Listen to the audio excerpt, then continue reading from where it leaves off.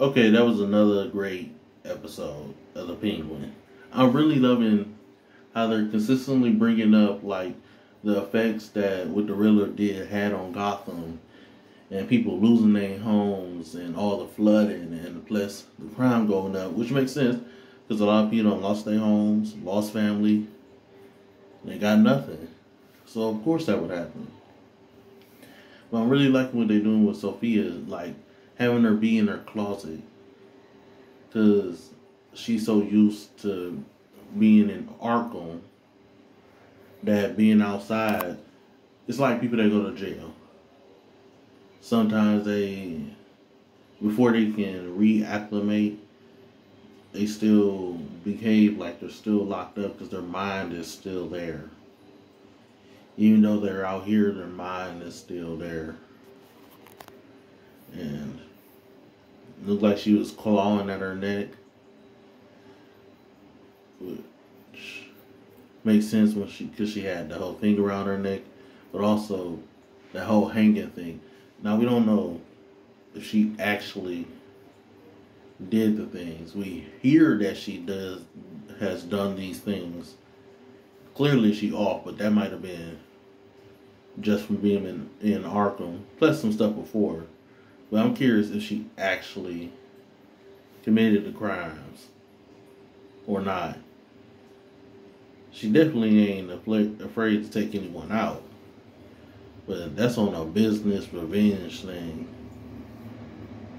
And despite, like, clearly, Penguin did the things, took her brother from her. Her family is treating her basically like a thing to not to be seen.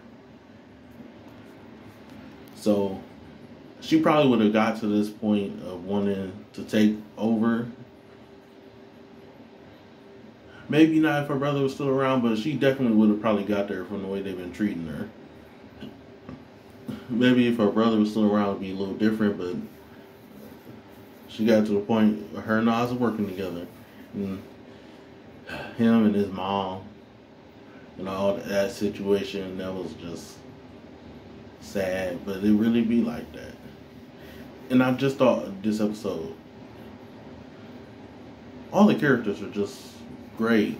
And I was thinking about Vic, and then I was thinking, wait, is Vic actually Victor, like Victor Stone, like Cyborg, and like that dude? Is that him in this universe?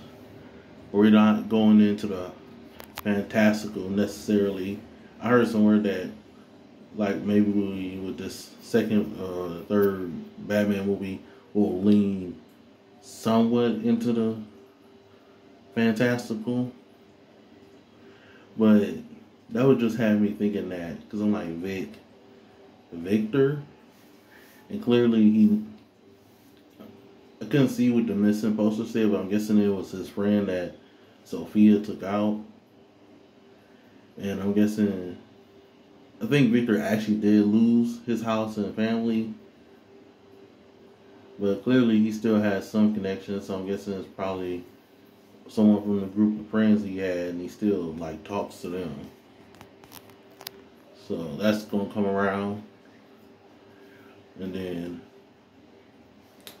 even like Penguin's girl and her girls, like all the relationships feel so real, and like how the characters don't feel like characters, they feel like people. And I'm curious where Victor's story gonna go, especially Oz trying to teach him that lesson, like to lay down, and yeah. But Oz with that silver tongue.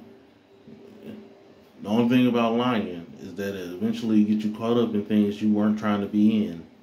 And that's what was happening in a lot of this episode. Him getting caught up in his lies. Not because people were finding out he was lying, but because he was telling too many.